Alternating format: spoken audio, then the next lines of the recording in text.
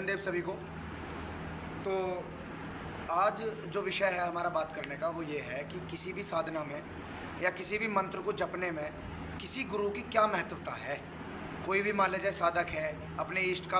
को भजता है, इष्ट का मंत्र जप करता है, उससे संबंधित शब्द को जपता है, तो उसमें कोई गुरु क्या भूमिका निभाते हैं, मैं आपको ये बात बताना चाह रहा हूँ। वैसे तो ऐसा नहीं है कि लोग नहीं जानते हैं, लेकिन फिर भी मुझे जो 2 4 बातें पता हैं, मैं चाहता हूँ मेरे माध्यम से लोगों को पता लगे जो भी गुरु महाराज ने सिखाया है।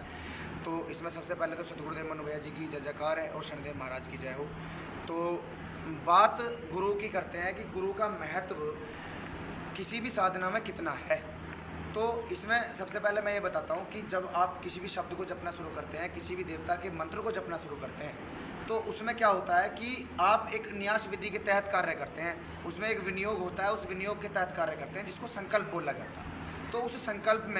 संकल्प के माध्यम से आप उस मंत्र को दिशा दिखाते हैं। उस संकल्प के माध्यम से आप उस मंत्र से मांगते हैं, उस देवता से मांगते हैं कि मैं इसलिए आपकी साधना कर रहा हूँ, इसलिए आपका नाम जप कर रहा हूँ, इसलिए आपको पुकार रहा हूँ इन शब्दों के माध्यम से। तो उसमें क्या है, फिर अलग अलग तरीके की तरंगें आपको प्राप्त होती हैं। कभी स्ट्रॉन्ग तरंगें प्राप्त होंगी, कभी आपको हल्की तरंगें छुएंगी। वो आपका देवता जिसको भी आप भजते हो वो धीरे धीरे आपकी तरफ आकर्षित होता है जब आप उन शब्दों को जपना शुरू कर देते हैं। लेकिन अब यहाँ आता है गुरु का महत्व निकलना। तो गुरु के महत्व से तात्पर्य ये है, जो भी गुरु आपको वो शब्द प्रदान करता है, वो मंत्र प्रदान करता है, तो उसकी शक्तियाँ, उसका तत्व मूल में उस मंत्र के साथ कार्य करना शुरू करता है। मूल में आपको दिशा दिखाने का कार्य करता है। वो उसमें आगे की तरफ चल के आपके शब्द से उत्पन्न होने वाली ऊर्जा की रक्षा करते हैं। वो उस शब्द से उत्पन्न होने वाली तरंगों की रक्षा करते हैं। कहीं कोई भय कुपित वायु, कोई मलिन वायु उस मंत्र से उत्पन्न होने वाली ऊर्जा को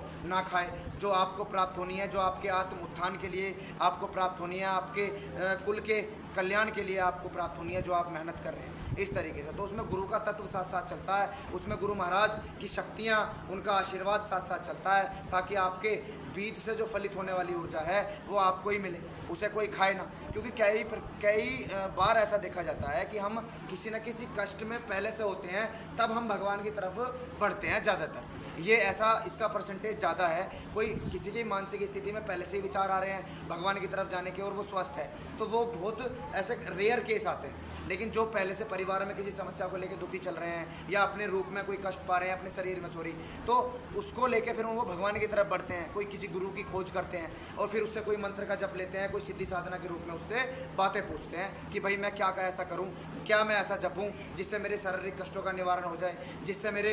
जो है कुल का उद्धार हो जाए, या मेरे परिवार में जो और सदस्य हैं उनको कष्ट हैं उनका मैं निवारण कर पाऊँ। तो फिर हम किसी गुरु से जुड़ते हैं। गुरु से जुड़ने के बाद में फिर वो गुरु हमें मंत्र शब्द देता, जप देता, उसके साथ साथ अपना आशीर्वाद सर पर हाथ रख के देता है। उसकी शक्तियाँ, उसकी सिद्धियाँ कार्य करती हैं उस मंत्र जप के साथ में, चाहे वो गुरु कोई भी हो सकते हैं। स्थूल रूप में आप किसी को गुरु मान के जब पूछते हैं तो वो आपके सिर पे एक वृद्ध में हस्त रखते हैं, आपके सर पे एक ऐसा ऊर्जा का एक आवरण बनाते हैं जिससे आपकी वो शक्ति फलित होती है, वो बीज आपका फलित होता है। तो गुरु का महत्व इसलिए बहुत ज़्यादा है क्योंकि उस मंत्र की शक्ति, उस शब्द की शक्ति आपको, जिस गुरु ने वो मंत्र दिया है, आपको वहाँ तक जरूर ले जाएगी जहाँ तक के रास्ते उस गुरु ने देखे हैं। चाहे वो रास्ता ब्रह्म तक का है, चाहे वो रास्ता क्षेत्रीय देवताओं तक का है, चाहे वो रास्ता अजान बाहु देवताओं तक का है, चाहे वो रास्ता साधु सिद्धों और संतों तक का है। क्योंकि जहाँ तक उस गुरु के रास्ते खुले हुए हैं वहाँ तक उस गुरु का दिया हुआ मंत्र तुम्हें अवश्य लेकर चला जाएगा। क्योंकि जिसने किसी एक स्थान पर जाने के बहुत सारे रास्ते देखे होते हैं वही बता पाएगा कि किस रास्ते पे कौन सी कठिनाई आएगी, कौन सा मोड़ आएगा, कहाँ कांटे आएंगे और कहाँ आपको बाधाएं मिलेंगी, कहाँ पे आपको गड्ढे मिलेंगे, कैसे आपको बच के जाना है। तो यहाँ इस बात में गुरु बहुत महत्वता निभाते हैं। क्योंकि गुरु की महत्वता इसलिए बन जाती है उस शब्द के साथ साथ में, जिस भी देवता का वो मंत्र देते हैं, कि वो देवता की तरंगे साथ साथ कार्य करती हैं उस गुरु का मान रखने के लिए और उस गुरु का तत्व उस शब्द को जपने में, ताकि वो कोई मलिन वायु, कुपित वायु, भाई मलिन वायु उसमें प्रविष्ट करके उसकी शक्ति को, उसकी ऊर्जा को खा ना जाए। तो इसलिए वो गुरु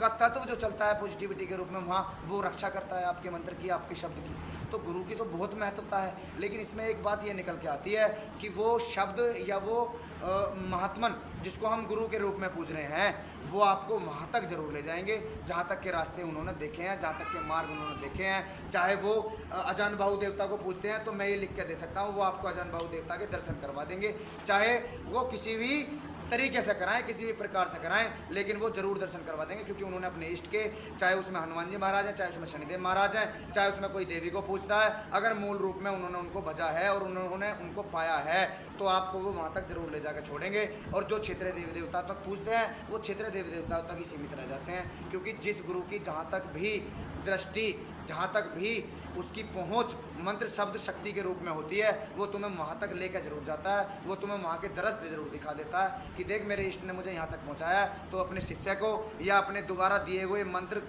की शक्ति को तुम्हें माध्यम बना के, उस मंत्र को माध्यम बना के तुम्हें वहाँ तक लेकर जाने की क्षमता उस गुरु में होती है। तो गुरु का बहुत महत्व है उस ऊर्जा को बचाने में, उस ऊर्जा को शरीर में किस तरीके से नियंत्रित करना है वो कार्य गुरु करता है। वो ऊर्जा कैसे नियंत्रित होगी, किस तरीके से समायोजन होगा उस ऊर्जा का, वो सारा कार्य गुरु का होता है। तो भाई गुरु का महत्व बहुत है किसी भी साधना में, किसी भी सिद्धि को करने में, किसी भी मंत्र की को जपने में, क्योंकि अगर बिना किसी गुरु के करोगे तो मूल में पहली बात तो उसको फलित होने में बहुत समय लगता है, और दूसरी बात यह है कि उस ऊर्जा को कोई भी भाई मलिन वायु, कोई भी कुपित वायु जो आपके आवरण में विचरण करती है वो बहुत आसानी से ग्रहण कर सकती है। उस बीज से उत्पन्न होने वाला फल वो कदापि आप तक नहीं पहुंच पाता, और आप यूं ही सालों से साल तक लगे रहते हैं। फिर कहीं दिखवाने अगर कोई जाता है तो यही बोलता है महाराज मैं तो हनुमान जी महाराज का जब 4 साल से कर रहा हूँ,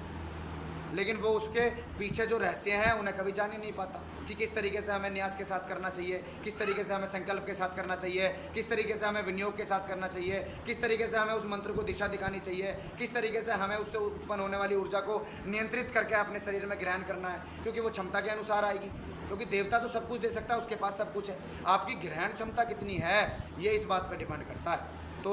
मैं बस इतनी सी बात कहना चाहूँगा, कोई भी भक्त, कोई भी साधक अगर किसी भी प्रकार से साधना करता है या फिर किसी भी शब्द को जपता है, इष्ट मान के किसी को भी बचता है, तो मूल रूप में किसी न किसी गुरु के तत्व को साथ लेकर चलें, या फिर समस्त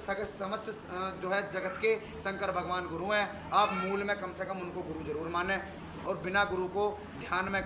करे और या बिना गुरु को माने कोई भी साधना मैं नहीं मानता कि वो सफल होगी। चाहे उसमें आप शंकर भगवान का ही ध्यान करें गुरु रूप में, लेकिन उनको प्रणाम करके ही आगे बढ़ें, उनको सब चीज़ उनकी सुब्रत करके ही आगे बढ़ें कि भगवान मैं तभी कर पाऊँगा जब आप करवा पाएंगे, इस तरीके से। तो गुरु की बहुत ज़्यादा महत्वता है। गुरु को बिल्कुल भी ऐसा ना सोचें कि हम बिना गुरु के करें कोई भी साधना, कोई भी सिद्धि, आप किसी न किसी गुरु के सानिध्य में ज़रूर करें, किसी न किसी के जो है आशीर्वाद में ज़रूर करें। जय शनिदेव सभी।